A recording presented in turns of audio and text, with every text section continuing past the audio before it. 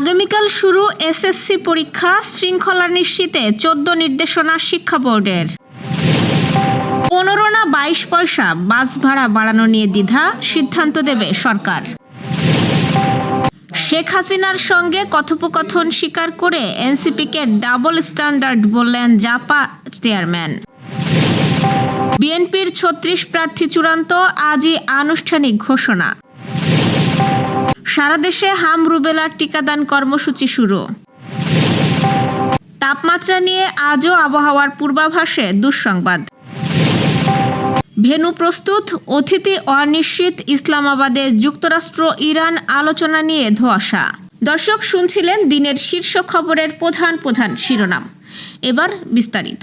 তার আগে আমাদের ইউটিউব চ্যানেল সাবস্ক্রাইব করুন এবং সব খবর পেতে ফেসবুক পেজ ফলো করে রাখার পাশাপাশি ওয়েবসাইট ভিজিট করুন। মাধ্যমিক স্কুল সার্টিফিকেট, এসএসসি ও সমমানের পরীক্ষা আগামীকাল মঙ্গলবার থেকে শুরু হয়ে চলবে 20 মে পর্যন্ত। প্রতিদিন সকাল 10টায় পরীক্ষা শুরু হবে এবং প্রথম দিন বাংলা বিষয়ের মাধ্যমে পরীক্ষা শুরু হবে। শিক্ষা বোর্ড পরীক্ষার্থীদের জন্য 14টি নির্দেশনা জারি করেছে। এর মধ্যে পরীক্ষা শুরুর 30 মিনিট আগে কেন্দ্রে উপস্থিত থাকা, প্রথমে বহু নির্বাচনী ও পরে সৃজনশীল পরীক্ষা দেওয়া, প্রবেশপত্র আগে সংগ্রহ করা এবং উত্তরপত্রে সঠিকভাবে তথ্য পূরণ করা বাধ্যতামূলক। এছাড়াও মোবাইল ফোন সম্পূর্ণ নিষিদ্ধ, শুধু অনুমোদিত ক্যালকুলেটর ব্যবহার করা যাবে।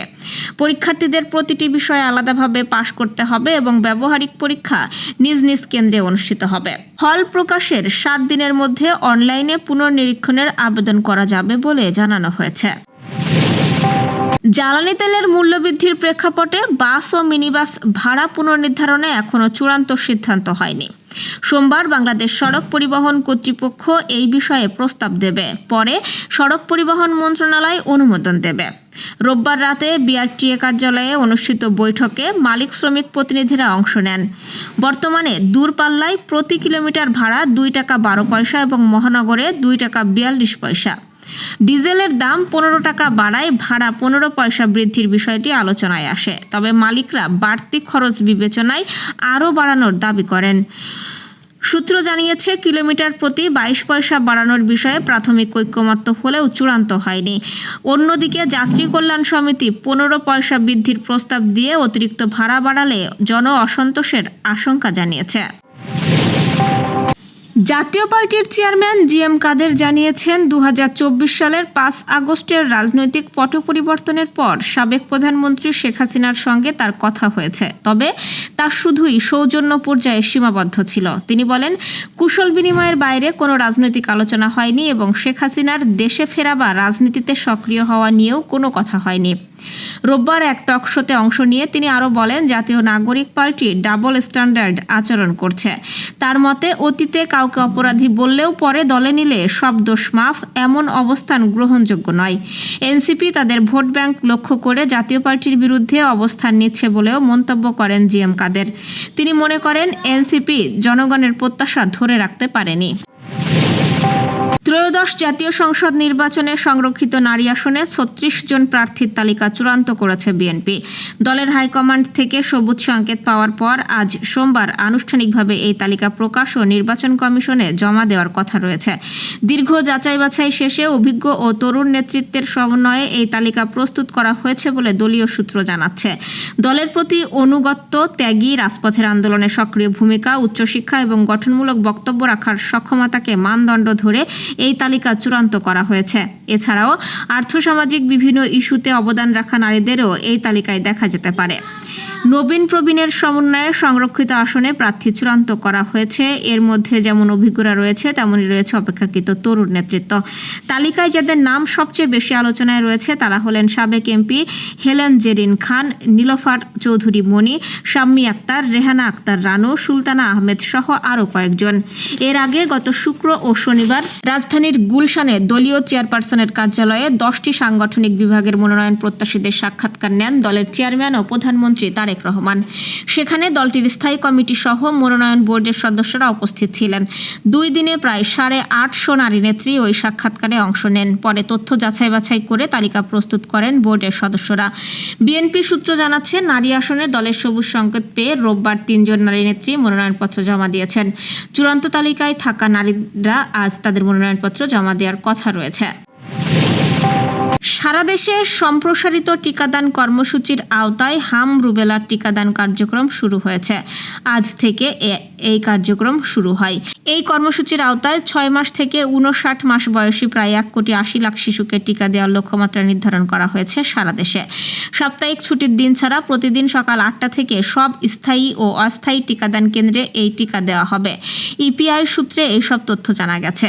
5 এপ্রিল প্রথম ধাপে শুরু হওয়া কর্মসূচি আগামী 25 এপ্রিল পর্যন্ত চলবে এবং 12 এপ্রিল শুরু হওয়া দ্বিতীয় ধাপের কার্যক্রম 12 মে পর্যন্ত চলবে। এছাড়াও আজ সোমবার থেকে শুরু হওয়া দেশব্যাপী এই বিশেষ ক্যাম্পেইন সিটি কর্পোরেশন এলাকায় 20 মে পর্যন্ত এবং দেশের অন্যান্য স্থানে 12 মে পর্যন্ত চলবে। স্বাস্থ্য ও পরিবার কল্যাণ মন্ত্রণালয় জানিয়েছে, প্রধানমন্ত্রী তারেক রহমান আজ বগুড়ায় হাম রুবেলার টিকাদান কর্মসূচির উদ্বোধন করেন। এদিকে যশোরে সকালে জেলা সিভিল সার্জন কার্যালয়ে এই কার্যক্রমের উদ্বোধন করা হয়। জেলা সিভিল সার্জন ডাক্তার মাসুদ রানার সভাপতিত্বে অনুষ্ঠানে প্রধান অতিথি ছিলেন জেলা পরিষদের প্রশাসক দেলোয়ার হোসেন খোকন। এ সময় জেলা প্রশাসন ও স্বাস্থ্য বিভাগের কর্মকর্তারা উপস্থিত ছিলেন। ঝিকরগাছায় উপজেলা স্বাস্থ্য কমপ্লেক্সে হাম রুবেলার টিকাদান ক্যাম্পেইনের উদ্বোধন করেন উপজেলা নির্বাহী অফিসার সাফফাত আরা সাইদ। চলছে বৈশাখ মাস। এই সময়ে ভ্যাপসা গরম, অতিষ্ঠ জনজীবন। দেশের অধিকাংশ অঞ্চলে তাপমাত্রা 35 ডিগ্রি সেলসিয়াস বা তারও বেশি বয়ে চলেছে। তাপমাত্রা নিয়ে আজও দুঃসংবাদ রয়েছে আবহাওয়া অধিদপ্তরের পূর্বাভাসে। এতে বলা হয়েছে, ময়মনসিংহ, রংপুর ও সিলেট বিভাগের 2-1 জায়গায় আজ দুপুরের মধ্যেও অস্থায়ীভাবে দমকা হাওয়া ও বিদ্যুৎ চমকানো সহ বৃষ্টি অথবা বজ্রসহ বৃষ্টি হতে পারে। সেই সঙ্গে কোথাও কোথাও বিক্ষিপ্তভাবে শিলাবৃষ্টি হতে পারে।